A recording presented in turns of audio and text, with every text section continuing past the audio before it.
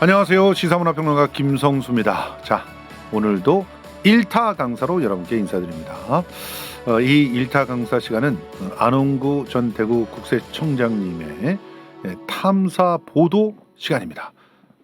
지금 대한민국에서 일어나고 있는 수많은 범죄적 경제 행위들, 거기에다 빨대를 꽂고 서민들의 재산을 갈취하고 있는 그런 작전 세력들, 그들의 민낯을 낱낱이 공개해드립니다.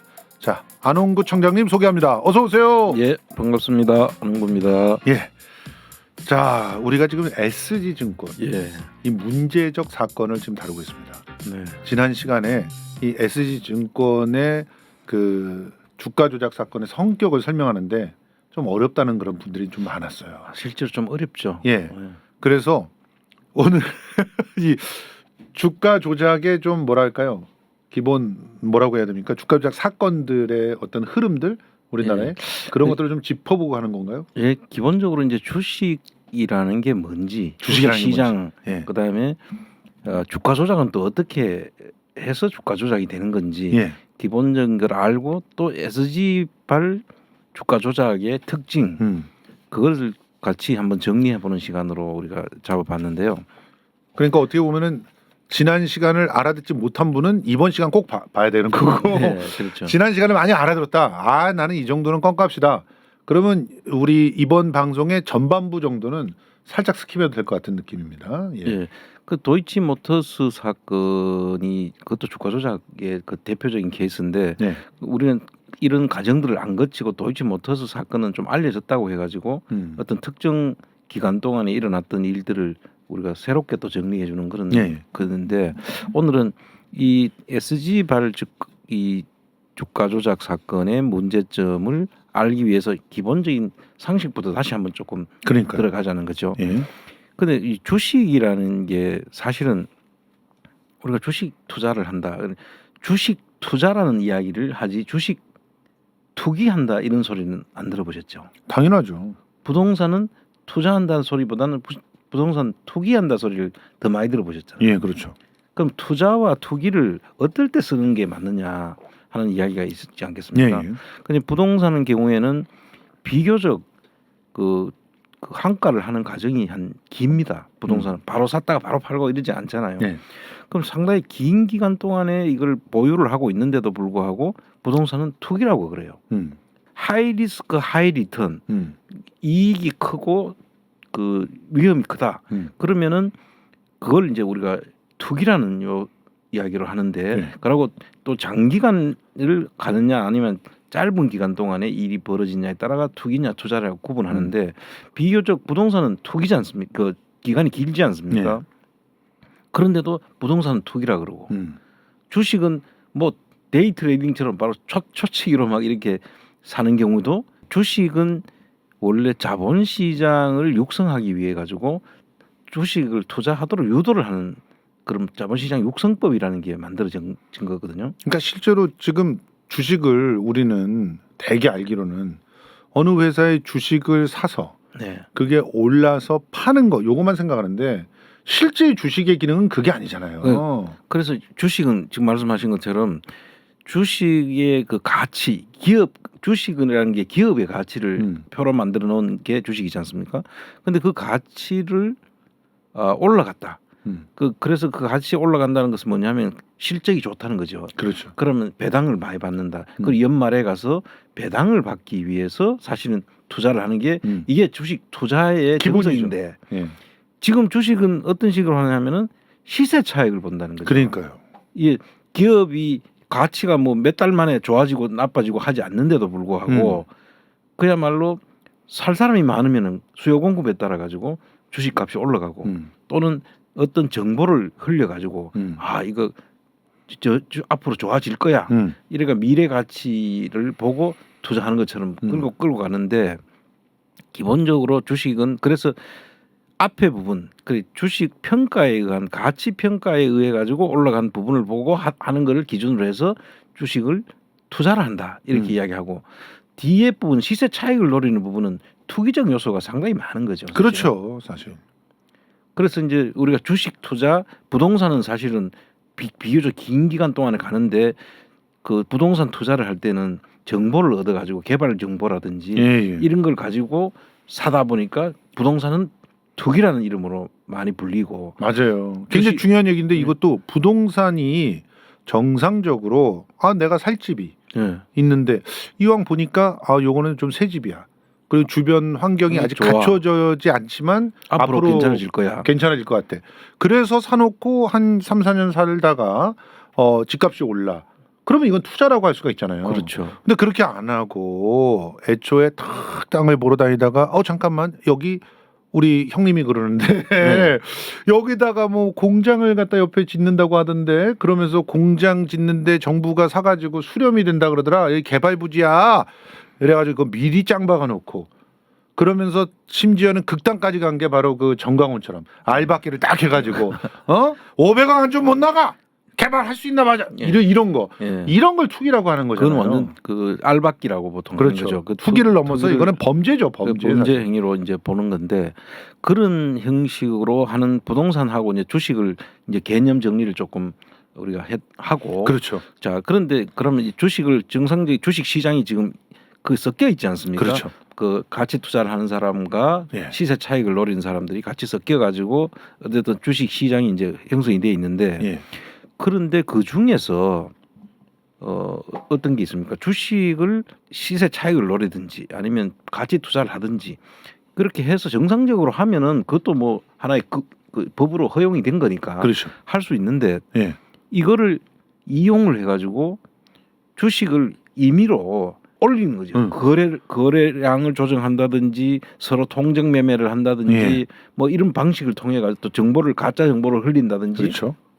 그래서 주식을 올려 가지고 개미들이 그걸 모르는 개미들이 따라와 가지고 주식을 샀을 때 네. 추격 매수를 해 가지고 꼭 고점에 갔을 때 팔고 나오면은 그게 이제 우리가 전통적인 방식의 주가 조작 이렇게 이야기한 거죠. 그렇죠. 그런데 이제 이 주가 조작 방식을 하기 위해서는 요건이 있어요. 아무나 주가 조작이 되는 게 아니에요. 그럼요. 예를 들면 삼성전자처럼 저렇게 시가총액이 엄청 크잖아요. 그렇죠. 근데 저거를 주가를 내가 올리고 싶다고 해가지고 살라고 하면 그 엄청난 돈이 들어야 되잖아요. 그렇죠. 그런 거는 주가 조작 대상을 이 안 되는 종목인 거죠. 그거는 이재용도 주가 조작하려고 안 합니다. 누가 그러니까 삼성전자 갖고는 이재용도 주가 조작 안 해요. 주가 조작 될 수가 없죠. 삼성 바이오로직스로는 할 수가 있죠. 삼성 바이오로직스도 이제 금액이 맞아, 이제 많이 커졌죠. 엄청나게 커졌기 때문에 네. 쉽지 않을 거예요. 맞습니다. 자 그렇다면 이 주가 조작은 어떤 걸 하느냐 하면은 비교적 그 대주주가 거의 다 많이 가지고 있는 거. 그러니까 장롱주가 많아요. 장롱주가라고 하죠. 네. 조건이죠 그게. 대주주가 한 뭐 50% 이상을 가지고 있다든지 그렇게 가지고 있는 경우에는 또 시장에 그 대부분이 이제 경영을 직접 하기 위해서 상장은 돼 있지만 주식을 사고 팔고 시장에서 많이 안 하는데 물량이 적을 거. 네. 그리고 이제 그 주식의 그 규모가 크지 않아야 되고 대주주가 많이 보유해야 되고 이런 케이스를 이제 하고 비교적 건실해야 돼요. 그렇죠.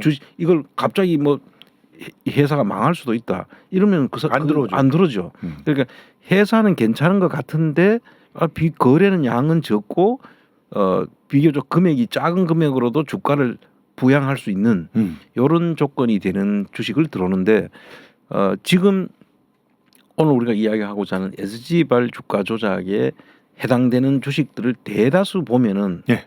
그런 주가들이에요. 맞습니다. 그러니까 대주주가 꽤 많은 양을 보유하고 있어서 장롱주가 많아. 그러니까 네. 한마디로 장난칠 수 있는 주식이 많다는 거고. 그다음에 유동량은 적어요. 그래서 조금만 사고 팔아도 가격의 등락이 좀 커질 수가 있고. 그렇죠. 그런데 회사들이 딱 보면은 건실한 회사이거나 아니면 건실에 질 수 있는 회사. 네. 사실은 주가 조작은 건실에 질 수 있는 회사를 M&A를 통해서 만들어서 많이들 하지 않습니까? 그렇죠. 네. 우수한 회사, 대기업의 손자가 주인인 회사 이런 데하고 M&A를 했대. 지금 또 우회 상장을 한데 뭐 이런 식으로 하면 저 껍데기는 별로라고 해도 저 내용을 갖고 있는 애들이 괜찮으니까 저기다 한번 투자해 볼 만해. 이런 얘기들 하는 거잖아요. 이런 조건들을 갖춘 그런 주식들을 SG증권에서 이렇게 그 갖고 노는 애들이 쫙 앞단에 배치를 해줬다는 거잖아요. 이제 요 내용은 이제 오늘 이야기하는 SG증권과 관련된 거는 이런 것들을 이제 기초로 해서 네. 여기에 이제 새로운 이 파생 상품. 파생 상품이라는 것도 등장하고 그렇죠. 또 외국계 증권이 또 아. 같이 개입을 해서 맞아요. 지금 이 모든 주식들을 가지고 좀 일반적으로 알려지지 않은 상태로 장난을 칠 수 있는 그런 좀 구석에 있는 예. 한쪽으로 이렇게 숨겨져 있던 예. 그런 부분들을 이용했다는 게 특징입니다. 예. 자, 그래서 오늘 이제 SG발 데스 스피럴이라고 해서 데스 스피럴. 이게 죽음의 소용돌이라는 작전명이 좀 소용돌이 작전. 예, 데스 스파이럴. 예. 데스 스피럴이라고 해서 이제 소용돌이가 막 치면은 물 속에 이렇게 빨려 들어가는 예. 그런 건데 앞에 저걸 잠깐 작전 타임라인을 잠깐 한번 보시면은 근데 실제로 저 제목의 작전이 있었던 겁니까? 이제 제가 붙인 거죠. 아, 영화 제목으로 너무 좋을 것 같아가지고 야 저런 제목을 붙였단 말이야 걔네들이 했는데 지금 이제 안 총장님이 붙인 거군요. 저게 예. 이제 두 개의 작전인데 하나는 앞에 작전은 앞단의 작전. 주유소 습격 사건. 그때 주는 주식 주자를 그렇죠. 주유소 습격 사건이고요. 네. 뒤에는 데스 스피럴 작전. 이 두 개를 가지고 죽음의 소용돌이 작전을 가지고 이 SG발 주가 조작을 설명을 좀 해보려고 합니다. 예. 자, 우선 처음에 보시면은 한국 관련 역외 파생 상품 거래가 태동된 게 사실 그래 오래되지 않아요. 그렇죠. 90년대 중반입니다. 다 IMF 이후에 생긴 겁니다. 사실. 그렇죠. 이제 IMF 직전 그러니까 그 IMF가 사실 그런 것 때문에 IMF가 또 왔을 수도 있어요. 맞아요. 그 이제 그때 당시에 중반에 이제 왔고 그다음에 사실은 저때 당시만 해도 파생 상품이라는 게 굉장히 제한적이었어요. 90년대 초중반만 해도. 그럼요. 사람들 네. 그런데 이제 IMF가 이제 오게 되고 완전히 주식 시장도 재편되면서 파생 상품들이 굉장히 많아지고 금융 상품들이 다양해졌잖아요. 예. 그렇게 되면서 우리도 외환위기 한번 쓸려갈 뻔했던 그런 일들이 벌어졌었죠. 있었죠. 그때 파생 상품들의 문제들이 굉장히 많이 알려지게 됐었지 않습니까? 그렇습니다. 제가 이제 사실은 저는 이제 원래 전문이 이제 국세로 전부 알려져 있지 않습니까? 예. 제가 이제 청와대 근무를 할 때 정책실에서 한국은행 출신 직원하고 예. 금감원 직원이 같이 예. 근무를 했어요. 예. 이제 그 친구들이 이제 공무원들이 아니기 때문에 파견을 받아가지고 네. 저하고 같이 이제 일을 근무를 하면서 그때 처음 이제 금융 상품에 대한 제가 근데 내가 전공이 아니니까 그때만 해도 모르겠더라고요. 예. 내용을. 그래서 일부러 그 친구들한테 물었더니 그렇게 이야기하더라고요. 책들을 주면서 한번 공부를 해보라고 해서 그때 제가 사실은 이 금융 상품에 대한 금융에 대한 이야기 공부를 제가 하기 시작했고 그때 저 국세청 출신인데도 불구하고 금융을 아는 이유가 그때 공부를 안 했으면 사실 금융에 대해서 전혀 모를 뻔했어요. 그렇죠. 그래서 그때 당시에도 이미 역외 파생 상품 이런 것들이 사람들한테 알려지지 않을 때고 아주 특수한 자기 금감원이나 한국은행 정도에서 이 파생 상품이라는 게 막 이야기가 되고 있을 때 그때 이제 공부를 하다 보니까 제가 알게 된 것이다라는 말씀을 잠깐 드리고요. 그다음에 이제 우리나라에 그럼 이제 2016년도에 이 지금 오늘 이제 이야기하고자 하는 차익 결제 거래라는 게 있습니다. 차익 결제 거래. CFD. 차익 결제제로. 이게 이제 이번에 SG 증권에서 아주 문제가 됐던. 이 상품이 이제 문제가 됐는데 이 상품은 정말 프로들끼리 할 수 있는 거래예요. 그러니까 일반인들은 여기에 사실 끼어들면 안 되는 겁니다. 예를 들면은 우리가 이제 도박을 한다. 그러면 타짜들끼리 모여가지고 하는 건데 여기 아마추어들을 끼워준 그러니까 그런 아마추어들이 붙을 수 있겠습니까? 그러니까 우리는 그냥 그 문상 가가지고 고스톱 치는 정도지. 예. 갑자기 저 카지노 가가지고 바카라를 하게 되면은 이거는 무조건 털린다는 거죠. 프로들끼리 예. 하고 있는데 아마추어가 이제 그냥 재미로 그냥 그 기웃거리다가 죽는 건데 이거를 그 파생 상품 차익 거래 제도를 도입을 해가지고 이게 일반 그 증권 회사로 이거를 늘려준 거예요. 근데 이 차익 거래를 늘려주는 과정에서 이게 처음에 우리나라에 제일 전개된 게 교보증권이에요. 교보증권이 들어왔는데 그 교보증권에서 교보증권만 하니까 그럼 우리도 이렇게 하면서 다른 증권 회사도 끼어들라고 해서 한 그 8개 증권 회사인가 지금 이 거래를 할 수 있도록 해주면 왜냐하면 이걸로 수익을 남겨야 되니까 그러니까요. 수수료라든지 네. 그렇게 이제 한 거죠. 그리고 이제 우리나라 소형 증권사들이 경쟁적으로 이제 이 CFD를 도입하면서 그 2019년서부터 이제 본격적으로 크게 늘어나죠. 맞습니다. 그리고 이제 이 미국의 그 빌황이라고 하는 우리 교포인데 이 들어보셨죠? 예. 빌황 사건이 있고 그다음에 금감원의 그 원래 CFD 거래라는 게 나중에 다시 한번 설명하겠지만 우선 타임라인만 잠깐 보면은 우리가 주식을 투자할 땐 주식을 사야 되잖아요. 우리가 그렇죠. 직접 사야 되는데 그게 기본이죠. 주식을 안 사고 주식을 사서 차익만 그 살 때 가격하고 팔 때 가격에 차익만을 노려가지고 그 차익 거래를 통해서 주식을 투자를 하는 방식으로 그 상품을 만든 것이 CFD 거래예요. 그러니까요. 그 내가 직접 주식을 사는 게 아니고 예. 그 상품에 가입을 하면 주식을 살 때 가격으로 일단 산 걸로 하고 팔 때 가격으로 판 걸로 해가지고 두 개 차익이 생길 거 아닙니까? 네. 손해를 볼 수도 있고 이익을 볼 수도 있는데 차익이 생기면은 그 차익에 대해서 증권 회사에서 돈을 주는 거예요. 예. 근데 거기 하나 더 플러스 하자면 CFD라는 게 신용을 붙여주는 거예요. 여기서부터 이제 문제가 생겨. 예. 진짜. 그 이제 앞으로 설명을 이제 계속 하겠지만 그래서 그 CFD라는 거를 만들어 가지고 이제 레버리지 효과가 있는 거죠. 그러니까 지렛대 효과로서 신용을 붙여주니까 나는 4천만 원을 넣었는데 6천만 원을 빌려주는 거예요. 그래서 1억짜리의 거래를 할 수 있도록 물론 만들어서. 수수료하고 이자는 줘야 되겠지만 그렇게 해가지고 많은 주식을 살 수 있도록 하다 보니까 이걸 레버리지 효과가 생긴 거죠. 그렇게 만들어놨다는 것이고 그 다음에 2023년도에는 김영민 회장 도시가스 회장하고 김익래 다우데이터 회장이 이게 매도를 하면서부터 이게 이 어떻게 보면 이것이 시작인지 아직은 모르겠지만 이때부터 시작해서 SG 이 사건이 발생이 되는 거죠. 지금까지도 폭락하고 있습니다. 예. 관련된 그런 주가들이.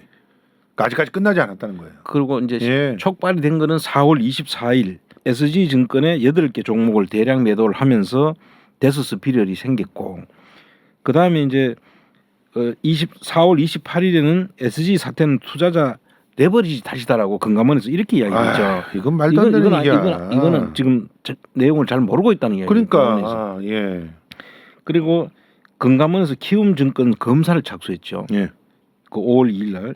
그다음 금융위에는 사정 공시제도 주가 조작 가징금을 추징한다. 뭐 이렇게 이야기하는데 그다음에 23일 5월 10일에는 라더겐이 구속되고 지금 현재에 이르렀는데 그렇죠.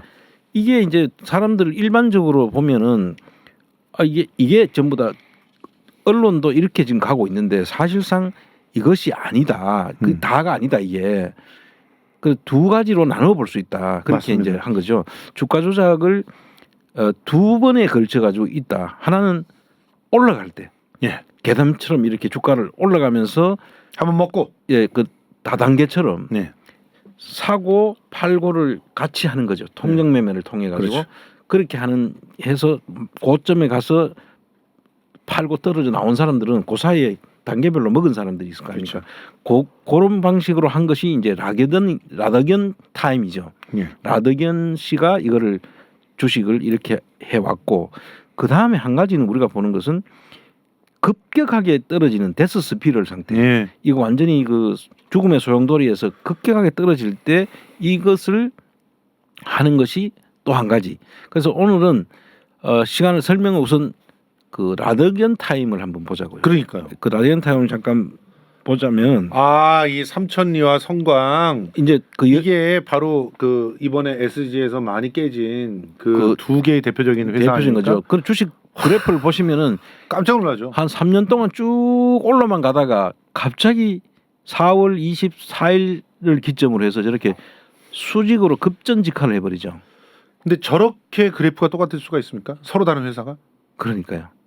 이건 패턴이 솔직히- 똑같은 거죠. 이건 솔직히 주가 조작 이외에는 다른 걸 설명할 수가 없어요. 예. 실제로 그래서 주식 고수들 있잖아요. 유튜브를 하는 주식 고수들이 좀 있습니다. 저거 예언한 데들이 지금 다 성지가 됐어요 지금. 그래서 야 이거 이상하다. 이거 봐. 이런 식으로 이렇게 계속 천정을 뚫고 올라가고 있는 이런 거 너희들 진짜 위험해. 이걸 왜 모르지? 야 이것도 봐. 똑같아 그래프가.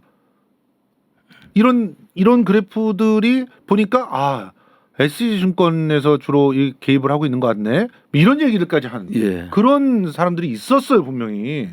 근데 이 구조를 이제 잠깐 보면서 설명을 드려야 되는데 예. 우선 그 CFD 거래의 실행 예를 이제 조금 설명을 드리겠습니다. 예. 거래 시행. 예. 그 거래 실행 예를 보시면은 예. 이제 라더견 씨가 이제 그 불법으로 사실은 투자 컨설팅 회사를 하나 만들어 놓고 있었던 거예요. 예. 그래가 사람들로부터 이제 투자자를 모은 거예요. 그래가 사람들 모아 주면은 그 사람이 핸드폰을 하나씩 개설해 주는 거예요. 그리고 또는 노트북을 하나씩 주는 거죠. 그 노트북을 가지고 직접 투자를 하는 것처럼 그 사람들 명의로 개설해 놓고는 네.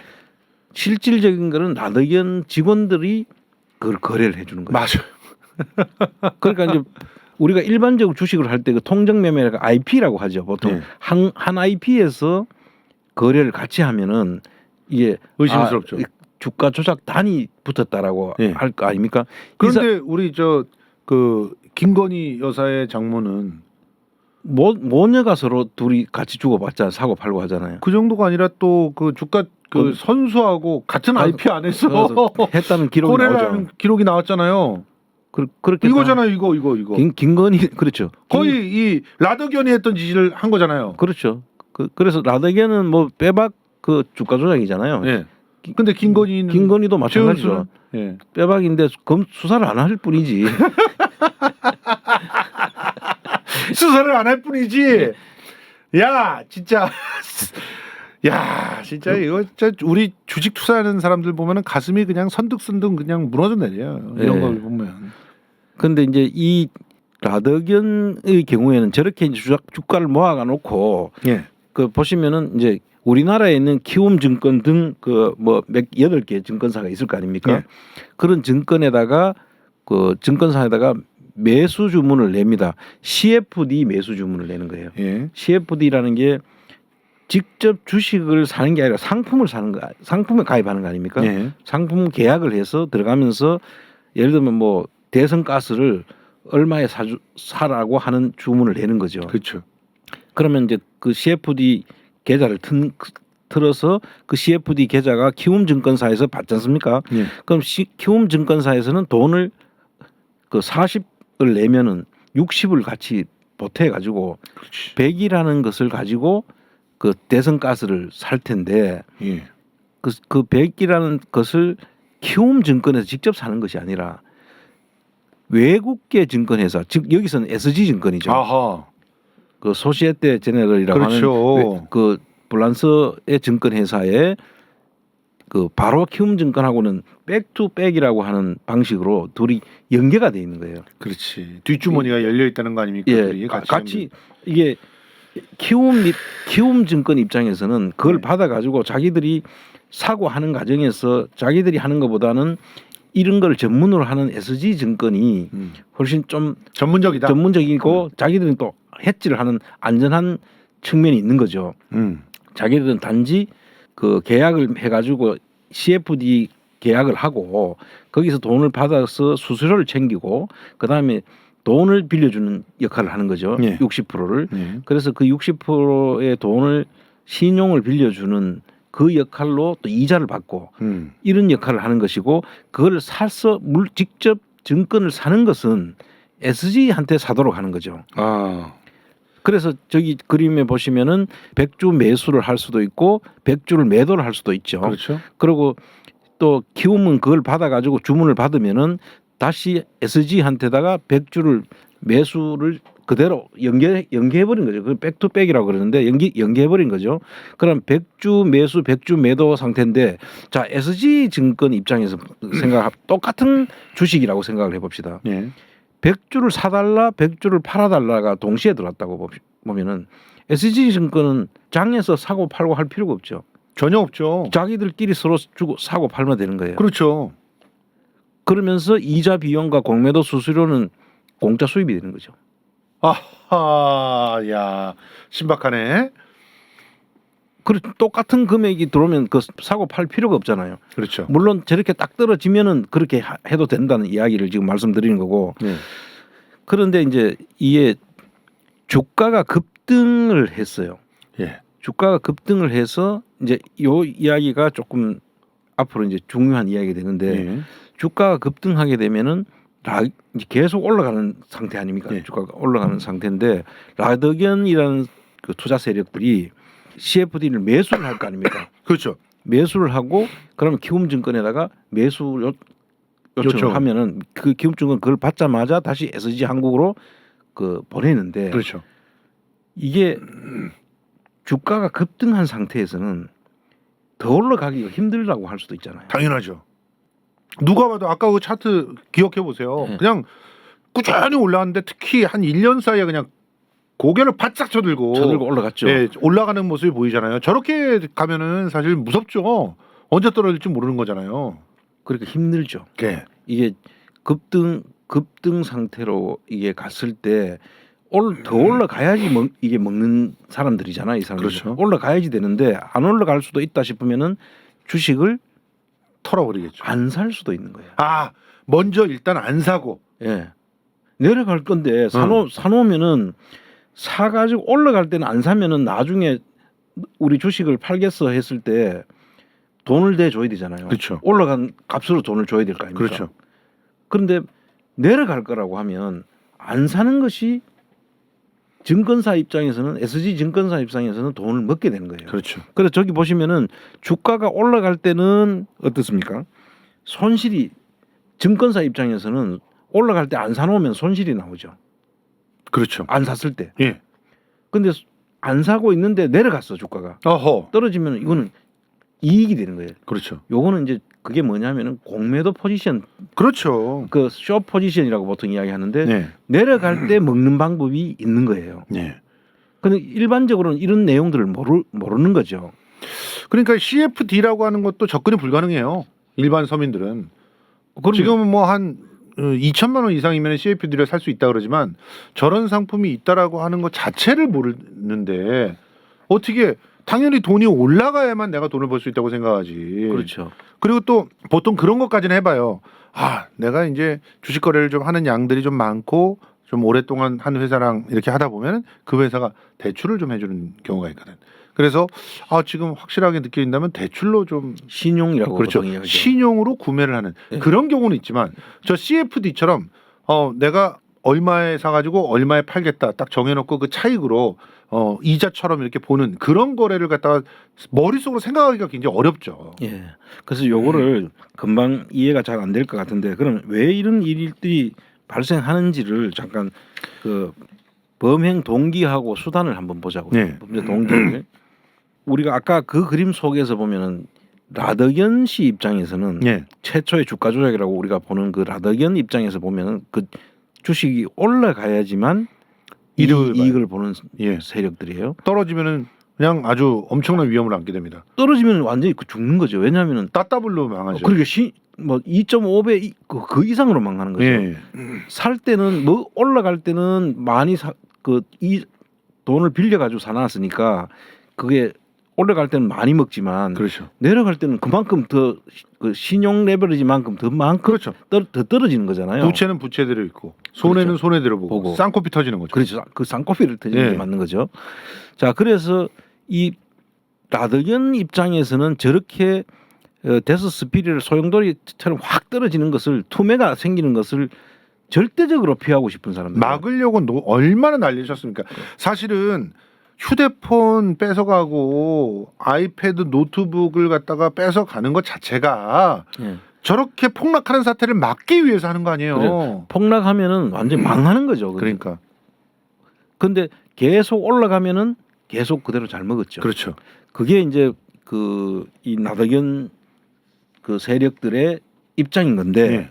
이런 내용들을 다시 한번 설명을 좀 보면서 그런데 하면은 뭐 아까 우리가 타임라인에서 봤지만 서울도시가스하고 다우데이터가 17일 날서부터 그냥 들이갔다가 그냥 팔기 시작하면서 폭락 사태가 촉발이 돼가지고 폭락하는 걸 갖다 막을 수 없는 물량들이 막 쏟아지게 됐잖아요. 특히 그렇죠. 증권사가 일종의 반대 매매를 갖다가 하면서 걷잡을 수 없는 폭락 사태가 이어지는데 이게 의심스러운 거잖아요. 이게 예. 사실 떨어뜨린 거 아니야 일부러 요 며칠 사이에 이런 식의 의심을 할 수가 있는 거죠. 그래서 지금 조금 더 이제 설명을 우리가 좀 하자면 예. 거래 주체별 손익을 한번 잠깐 볼까요? 거래 주체별 손익. 요거 보시면은 여러분 놀라실 겁니다. 자, 나덕현 투자자가 그 CFD 거래를 국내 증권사하고 이제 키움 같은 회사하고 했어요. 예. 그렇게 했고 그다음에 CFD 거래를 또 키움 증권사는 돌아서서 바로 SG SG 하고. 한국하고 거래를 하지 않습니까? 예. 그런데 주가가 최근에 떨어진 걸 80% 폭락을 했다고 예를 들어 봅시다. 예.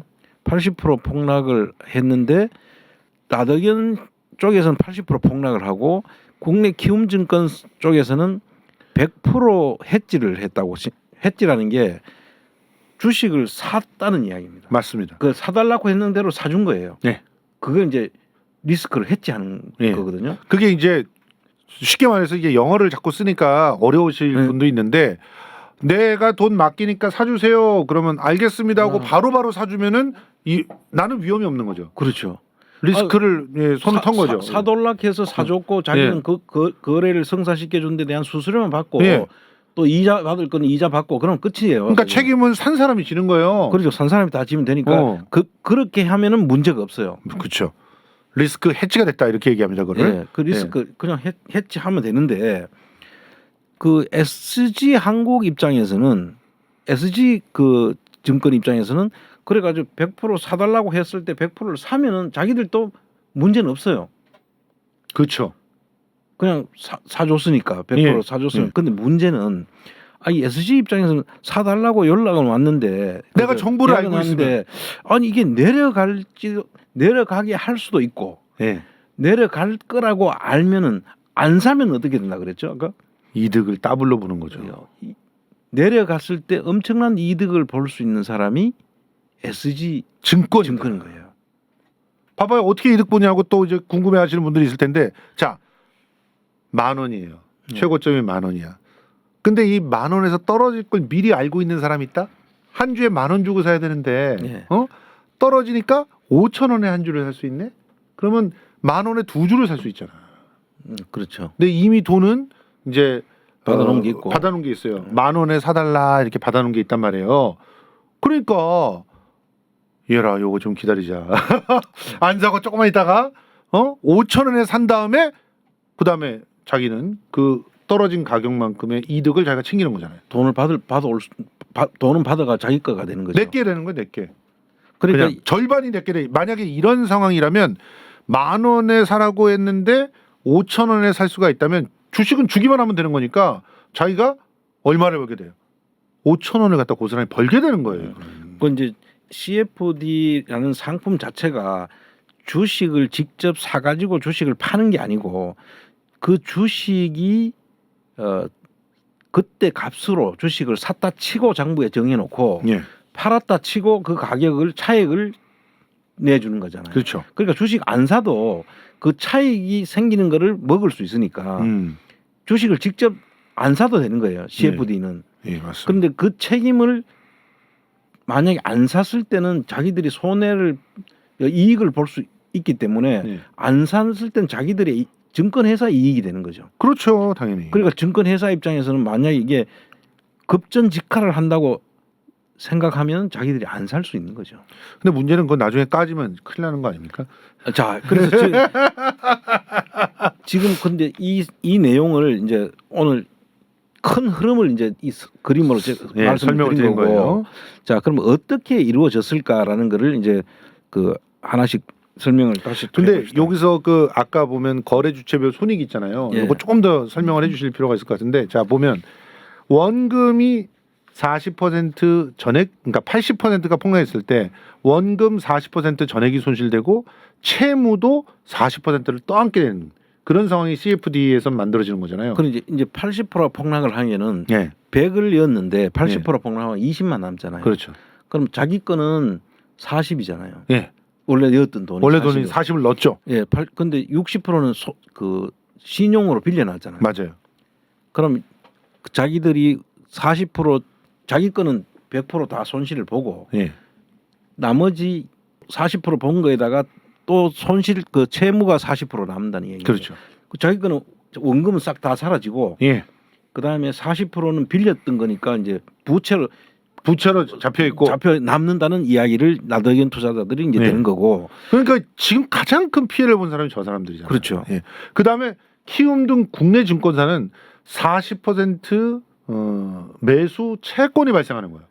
그러니까 이제 이 사람들은 60%를 빌려줬잖아요. 예, 60%를 빌려줬으니까 40%는 일단 그 받았으니까 예, 40%는 받은 걸로 일단 그거는 충당하면 되고 나머지 40%는 80% 떨어진 만큼 중에서 받아야 될 돈이 생기는 거죠. 그렇죠. 받아야 그래서 될 채권을 누구한테 받아야 되냐면 내려갔을 때는 라더견 씨한테 받아야 되는 거예요. 라더견 솔직히 쪽의 투자자들한테. 저렇게 채권이 골치 아프긴 하지만 그래도 크게 손해 난다고 생각이 안 들어요. 그러니까 이제 채권 해소하는데 예, 시간이 들고 예, 그 골치는 아프지만 예. 100%다 해지를 했기 때문에 사라고 던져줬기 때문에 이 사람들은 크게 손실과 이익이 없어요. 맞아요. 근데 마지막 SG 입장에서는 얼마를 벌 수? 만약에 이제 주식을 사지 않았을 때 안 왔을 때를 보자면 얼마를 이제 버느냐? 여기서 이제 위에다가 SG 홍콩 아시아 본부 그다음에 투자자 X 이렇게 둘을 써놨잖아요. 네, 여기서 이제 가정을 들어가야 되는데 SG 홍콩 회사 자체가 했다.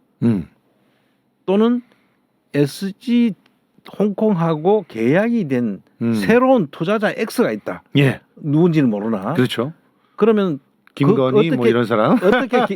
예, 어떻게 계약이 되느냐에 따라 가지고 이 사람들이 먹는 거를 지금 말씀드리는 거죠. 예. 그걸 잠깐 보시면 무려 32% 수익이 발생하네요. 그렇죠. 와. 이게 이제 60%를 했다고 가정했을 때 그렇다는 거예요. 보통 이제 왜 60%냐는 이제 우리가 이 전문가들이 그 이 계산하는 방식이 있는 거죠. 그 증권 회사에서 자기들이 먹을 수 있을 때 100% 사달라고 연락이 왔는데 이거 내려갈 것 같아. 그래서 60%만 사고 40%를 안 샀을 때 먹는 게 32%라는 거예요. 만약에 사달라고 하는 걸 100% 다 안 사고 그럼 80%를 다 먹는 거야. 저 폭락한 그래서 손해 본 것을 전부 다 SG가 독식하게 되네. 그렇죠. 그랬을 때 지금 그렇게는 이제 SG 증권에도 그게 북러너라고 하는데 그 북러너들은 그거를 사 가지고 안 살 수 있는 자기들끼리도 위험 분산을 해야 되는 그런 공식이 있는 거죠. 그랬을 때 보통 한 60%라고 보는 거죠. 그거를. 그렇군요. 그렇게 했을 때 60% 해지를 했다고 60%만 샀다 이런 뜻입니다. 해지했다는 예. 것이 용어가 어렵게 자꾸 돼서 그런데 해지했다는 것이 60% 사달라고 하는 100을 사달라고 했는데 60만 사줬다. 그렇죠. 나머지 40은 안 사고 들고 있었다는 이야기예요. 그렇죠. 그러면은 32%를 자기 자기들이 먹는 거예요. 자, 그럼 이런 상태라면 이 사건이 발생을 했을 때 실질적으로 누가 문제가 되겠냐는 거예요. 그러니까 일단은 그 SG에서부터 털어야 되는 거죠, 사실은. 네, 그래서 이제 이 내용을 좀 더 우리가 구체적으로 예. 이제 하나씩 이제 들어가 보자는 겁니다. 예. 그거 설명하다 보니까 벌써 시간이 거의 다 돼가고 있는데 우선 설명을 잠깐 다시 드리면은 이 CFD라는 것을 만들게 된 배경을 이제 좀 설명을 해야 되는데 예. 그 사진을 잠깐 하나 보여주실래요? 그 CFD 운용 구조도가 증거금이 지금 원래는 10%였어요. 그 10%였는데 증거금이라는 게 내가 그 주식을 사라고 맡길 때 10%만 가지고 이어도 90%를 빌려줘 가지고 예. 그러면 뭐 레버리지가 엄청 크잖아요. 그렇죠. 그러니까 이게 너무 위험하다. 그래서 40%로 올린 거예요, 저게. 그래서 이제 전에는 10%였는데 40%로 올렸고 국내 증권사들은 거래 중개 수수료를 먹게 되잖아요. 그렇죠. 그리고 해외 증권사는 운용을 하잖아요. 직접 사도 되고 안 사도 되고 함으로써 자기들이 책임을 지는 거잖아요. 그렇죠. 남돈 갖고 쟤네들이. 그 해지 비용으로 이제 자기들은 그 청구를 하게 되는데 요런 운용 구조를 CFD 운용 구조를 만들어 놓고 이제 운영이 됐다는 거를 잠깐 말씀을 드리고. 근데 왜 저런 것들을 왜 만들어 놓느냐는 게 난 궁금하거든요. 그래 아까 있는 돈 말씀드렸어요. 내에서만 투자하게끔 하고 지네들도 이거는 솔직히 말해서 증권사 같은 경우는 증권 붐 일으켜서 나중에 수수료 많이 받아서 좋아. 그리고 또 혹시라도 뭐 떨어진다 그래도 난 그렇게 많이 손해 보는 거 아니야? 예. 이러니까 저런 걸 만들어 놓은 거 아닙니까? 이제 처음에 저거 만들 때는 목적 이제 명분이 있죠. 네. 무슨 명분이냐면은 이런 증권 시장에 자금을 좀 유입하게 해야 자본 시장이 육성이 될 거 아닙니까? 그러니까. 그래서 아까 주식은 투기가 아니고 주식은 투자라고 이야기하는 거는 저건 사실 투기 요소가 엄청 큰 거잖아요. 그렇죠. 레버리지 이용해 가지고 잘못되면은 작살나고 그렇죠. 먹으면은 또 2.5배나 먹고 그렇죠. 이런 거는 정말 투기적 요소가 너무 아, 강하죠. 사실은 예. 그 도박과 같은 예. 거지 않습니까? 맞습니다. 그럼에도 불구하고 자본 시장을 육성한다는 이름으로 저런 상품을 만드는 걸 허용을 해주는 거예요. 아니 도대체 김남국 코인은 막 난리를 치고 그냥 그러면서 이거는 누가 봐도 범죄적인 행위를 정해진 한도 내에서 할 수 있게 길을 열어준 거 아닌가 이런 생각들이 자꾸 들어요. 그러니까 이제 그러고 옛날에는 이 CFD에 가입할 수 있는 사람들이 정해져 있었어요. 그 5억 이상. 근데 그 5억 이상을 가진 사람들을 하락하면 좀 투자를 하고 싶어도 5억이 없으면은 하기 힘들지 않습니까? 그렇죠. 그리고 레버리지를 10배를 그때는 했으니까 5억 넣으면은 50억을 투자를 할 수 있었던 거예요. 그럼 이거는 우리 일반 사람들은 못 하는 거야. 대체로 정말 그 이 증권에 대해서는 프로들만이 할 수 있는 그런 시장이었다는 거죠. 이게. 그렇죠. 그런데 이걸 갑자기 5천만 원으로 10분의 1로 줄입니다. 그러니까 5천만 원은 내가 열심히 그 서민들도 돈을 모으면은 나도 5천만 원은 투자할 수 있어. 맞아요. 이런 생각이 생길 수 있잖아요. 그러니까 불나방처럼 돈을 벌 수 있다고 생각하면은 여기에 투자에 참여한다는 거지. 그렇습니다. 그래서 이 CFD 거래가 이렇게 참여를 해가지고 결과적으로는 그 많은 사람들이 참여해서 피해자도 사실 늘었을 거 아니겠습니까? 그렇죠. 그래서 처음에는 여기에 참여하는 사람들이 아주 적었던 거예요. 그래서 쉽게 말하면 시장에 프로만 참여하라. 기관들하고 프로들 이런 사람들만 참여해서 이런 내용들은 위험성도 크고 또 먹을 때는 많이 먹는 그런 투기적 요소가 크니까 정말 이 주식에 대해서 자신 있고 돈 있는 자본가만 들어오라고 했는데 이게 늘리면서 완전히 서민들까지도 끌어들이는 그런 것이 됐던 거죠. 그런 작전을 쓴 거죠. 예. 그래서 이런 CFD라는 것이 있었고 그 다음에 시사 저널에서 이거에 대한 설명이 이제 나왔는 게 있는데 보시면은 너도 나도 차액 결제 거래 도입으로 리스크도 리스크보다 더 커졌다 이런 이야기 아닙니까? 그래서 여기 이제 지금 제가 설명드린 내용이 우리나라의 교보증권이 2016년대 처음 만들었어요. 그리고 한참 동안 이게 도입했는데도 뜸하니까 2016년도 6월달에 DB금융투자하고 키움증권 같은 해 10월달에 하나금융투자 이런 것들이 경쟁적으로 이제 들어오면서 CFD 거래가 이제 늘어난 거예요. 그렇게 늘어나다가 그때만 해도 최대 10배의 레버리지를 이용했대요. 지금 저 자료를 보시면은 10배 레버리지를 이용했고 그때까지만 해도 2018년 말 기준으로 보면은 그 다음 장을 잠깐 보여주실래요? 네. 말 기준으로 보면은 약 2,900명에 불과했던 거죠. 맞아요. 이거는 아주 이 전체를 아는 사람들만 그림을 잠깐 보시면은 개인 전문 투자자 추이가 바로 그렇게 늘어나 버리지 않습니까? 2,900명으로 시작해가지고 2018년도인데 전문 투자자 요건이 완화가 된다면 37만 명으로 늘어나 버려요. 아이고 37만 명. 그리고 이번에 이 피해자들이 여기에 상당수가 여기에 다 들어와 있다고 봐야 되는 거죠. 37만.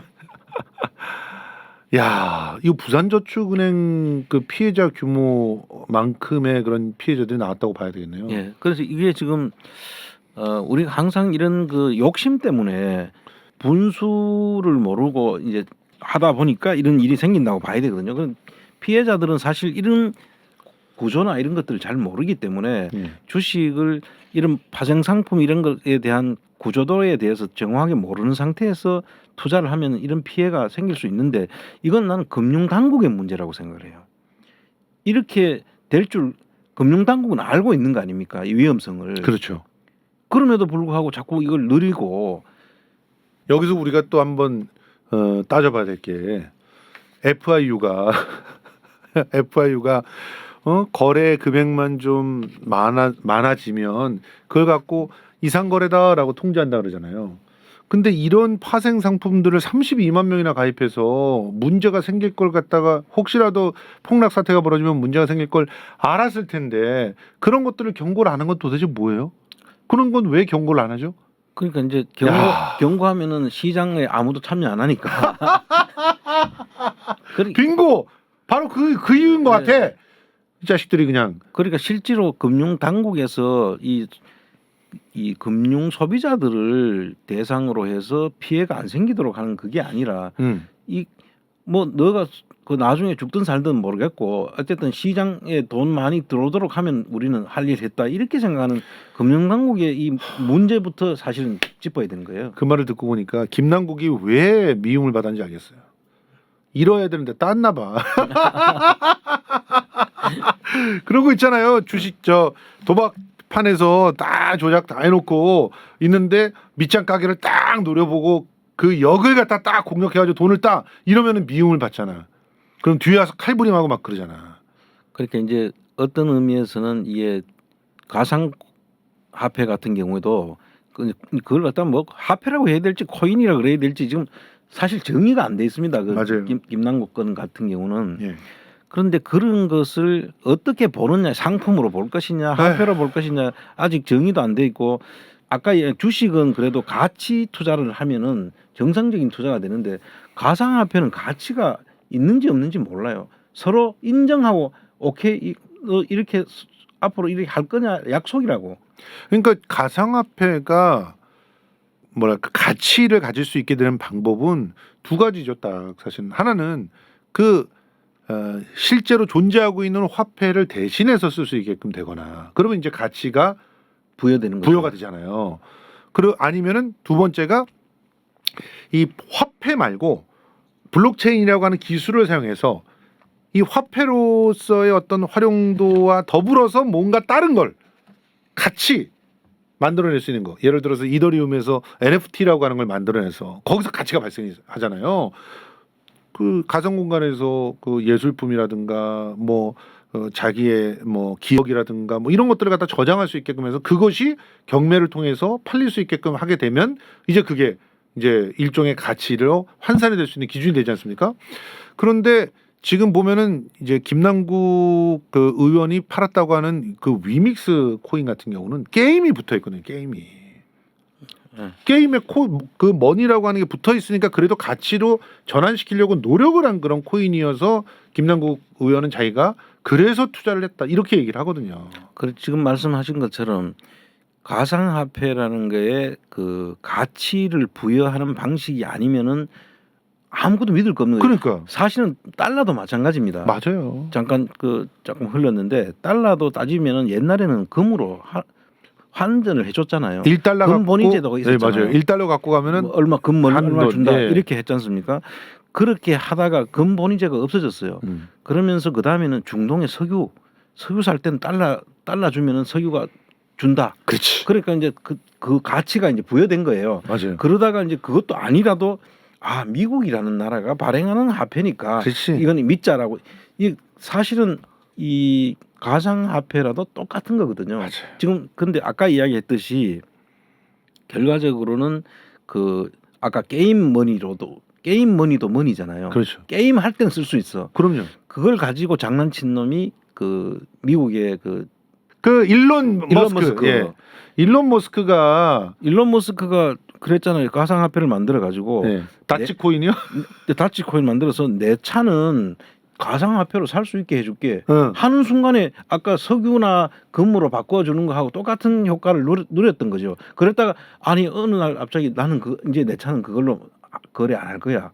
이렇게 아니 보세요. 이런 사기꾼도 안 잡혀가고 있는데 김남국이 뭐가 범죄를 저질렀다고 그러는 거야. 김남국은 그런 걸 하는 그냥 거기에 참여했던 사람일 뿐이죠. 그럼요. 피해자지 오히려. 네. 국민들이 모르는 거를 니는 어떻게 알아가지고 거기서 투자를 했냐라는 너 걸로 무슨 정보 있는 거 아니었어?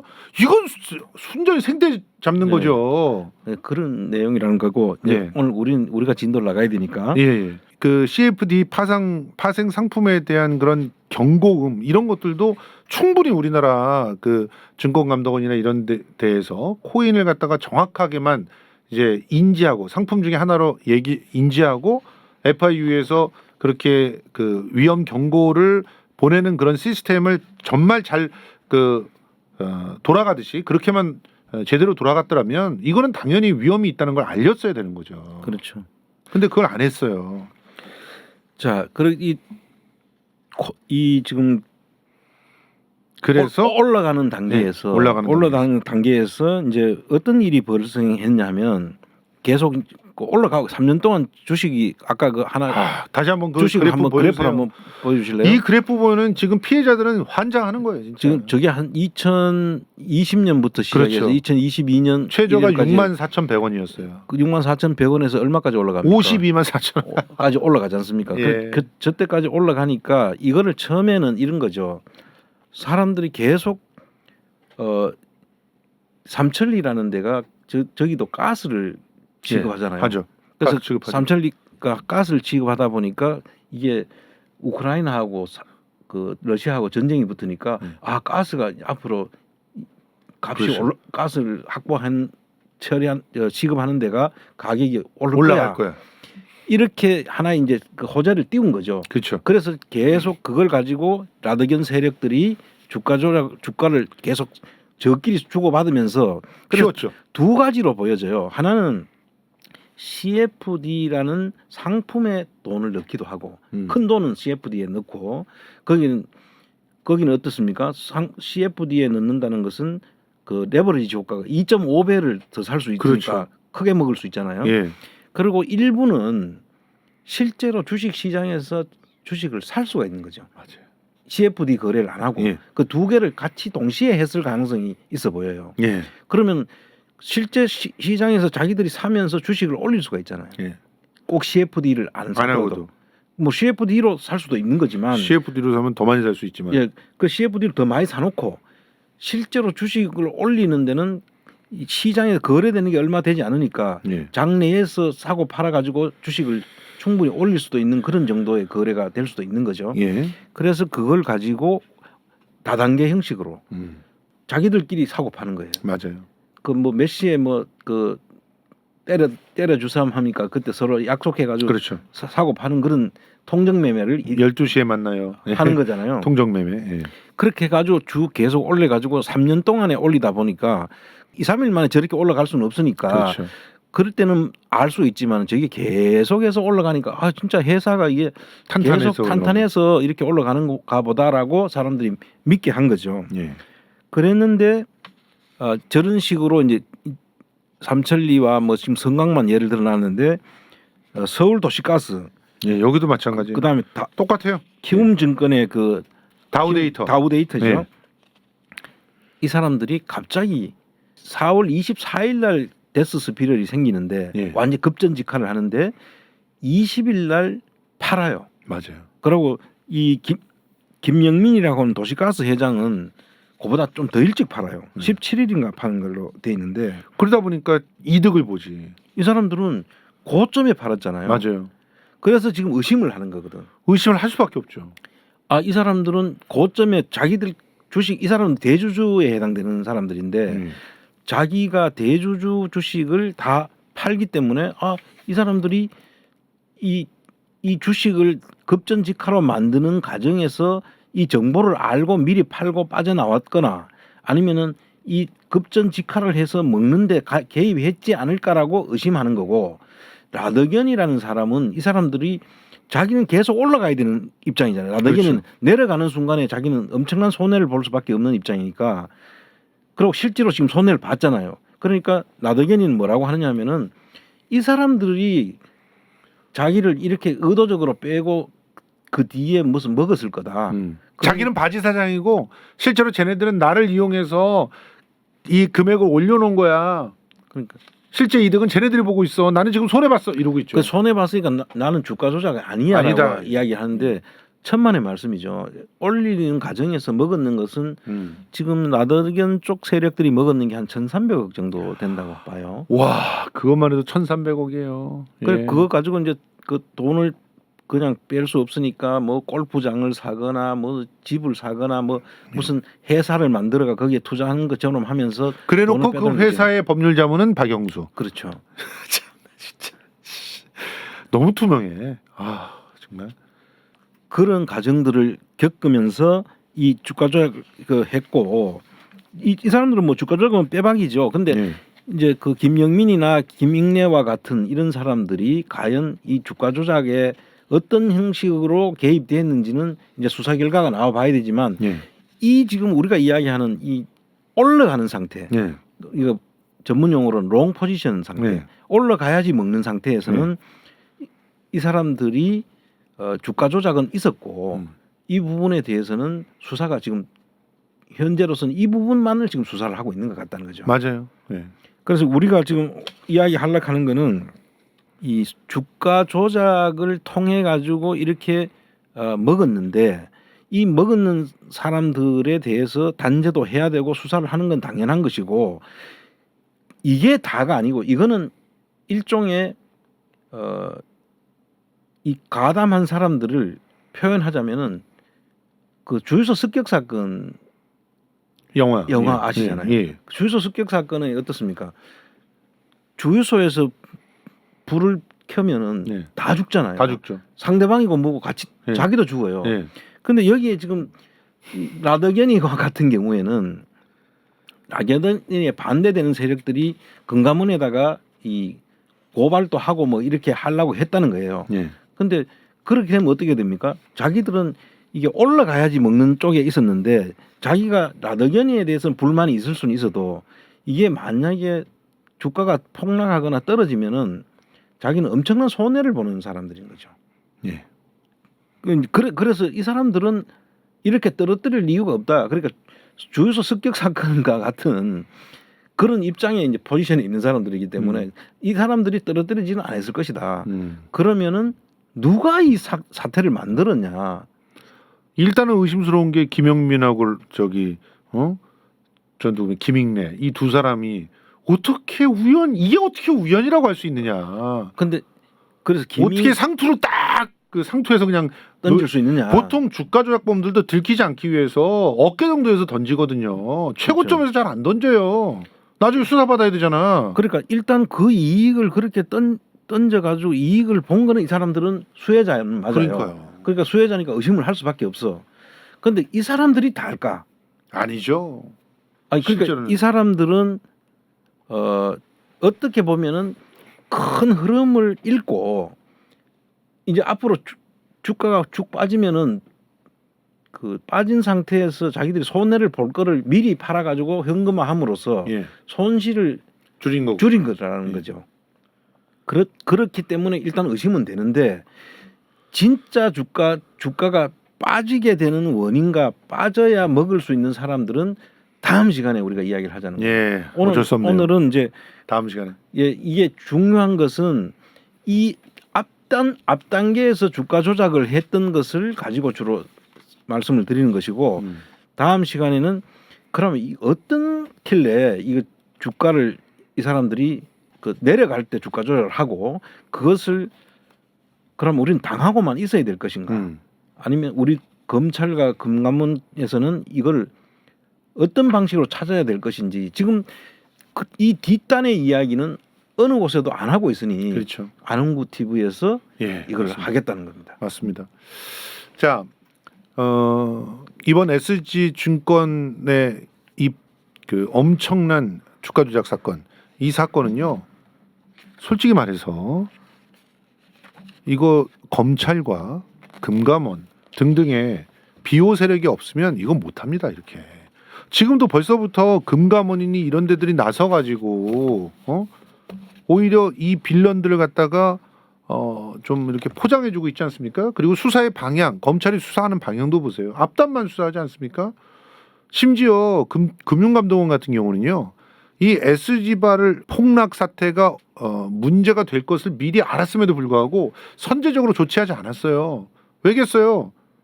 박영수 형님이 여기 계시니까 그렇다고 우리는 생각하기 되지 않습니까? 그 사전에 그걸 끊었으면 예. 이렇게 커지질 않죠. 그래서 사실은 3년 전에 이걸 할 수 있었다는 거예요. 3년 전에도 할 수 있었고요. 3개월 전에 할 수 있었다는 거 아닙니까? 4월 17일 전에 이거를 갖다 끊어버릴 수 있었다는 거예요. 근데 김영민하고 김익래가 던지고 나서 그래서 폭락이 현실화되고 데드 스파이럴이 만들어진 다음에 가서 느직 나와서 이게 좀 수사하는 척하고 문제 제기하는 척하고 대책 만드는 척하고 척이잖아요. 이건 전부 다. 그렇습니다. 그 지금 아까 주가 조작을 통해 가지고 개미 먹었는 사람이 나덕연 주가 조작 세력들이 먹었는 게 1,300억이라고 한다면은 예. 그 1,300억이 개미들이 그만큼 빨렸다는 거잖아요. 그렇죠. 근데 다음 시간에 우리가 하고자 하는 것은 그 1,300억은 잽도 안 되는 거야. 훨씬 커요. 실제로 먹은 거는 이거는 거의 천문학적 숫자로 먹었을 가능성이 있다는 거예요. 그래서 이것이 또 외국계 증권회사가 먹었다고 한다면 이거는 정말 국익 차원에서도 이건 우리가 그냥 둬서는 안 될 사안인데 이 부분을 못 보고 있는 게 너무나 안타깝다는 거죠. 제가 말씀드리고 싶은 거는. SG 증권이 프랑스 증권회사고 네. 그리고 만약에 이 뒷단에서 일어난 그런 우리 총장님이 의심하시는 그 일을 벌렸다고 한다면 여기도 뭔가 뒷백 없이 이런 짓을 하지 않았을 거란 말이죠. 근데 일단은 외국계 증권회사니까 국내에서 쉽게 자기들을 건드리기가 쉽지 않을 것이다. 지금 이제 의심하는 건 이제 홍콩을 지금 의심을 하고 예. 있는데 그게 만약에 우리가 손을 댈 수 있을 것이냐. 근데 다음 시간에는 우리가 손을 대야 될 만한 근거를 내가 제시를 하려고 그러고 예. 어떤 식으로 얘네들이 떨어뜨리면서 어떻게 먹는지 우리 궁금할 거 아닙니까? 예. 그런 부분들에 대해 가지고 한번 이야기를 하면서 다음 시간을 가져가 보도록 하겠습니다. 잠깐만 그래도 마지막으로 대략 얼마 정도를 얘네들이 만약에 이 장난을 쳐가지고 SG에서 돈을 벌었다면 얼마 정도를 번 것 같으세요? 지금 이제 그 추정치. 시총으로 보면은 한 13조가 떨어졌는데 시총을 다 먹은 건 아니에요. 이 80%가 그 떨어지면서 그러니까 야, 시총을 다 먹은 건 아니고 이제 그 어쨌든 차이가 어쨌든 조단위잖아요. 한 조 단위는 먹었다고 봐야죠. 다음 주에 보겠습니다. 예, 근데 진짜 너무 우울하다 진짜. 누구는 조단위를 먹고도 걸리지도 않고 누구는 고작 9억인가 원금 회수했다고 욕 먹고 앉았고 시총이 떨어졌는데 13조가 떨어졌는데 그게 80%에서 아까 60%를 해지를 했다고 보면 60%를 주식을 샀다고 보면 안 산 것이 40%라고 보면 거기 한 32%가 해당되는 곱하기를 하면 대충 값이 나오지 않을까요? 예, 맞습니다. 김남국 의원만 불쌍하다는 생각이 드는 오늘입니다. 자, 다음 주에 더욱더 화끈한 시간 기대해 주시고요. 오늘은 이만 물러가도록 하겠습니다. 물러갑니다.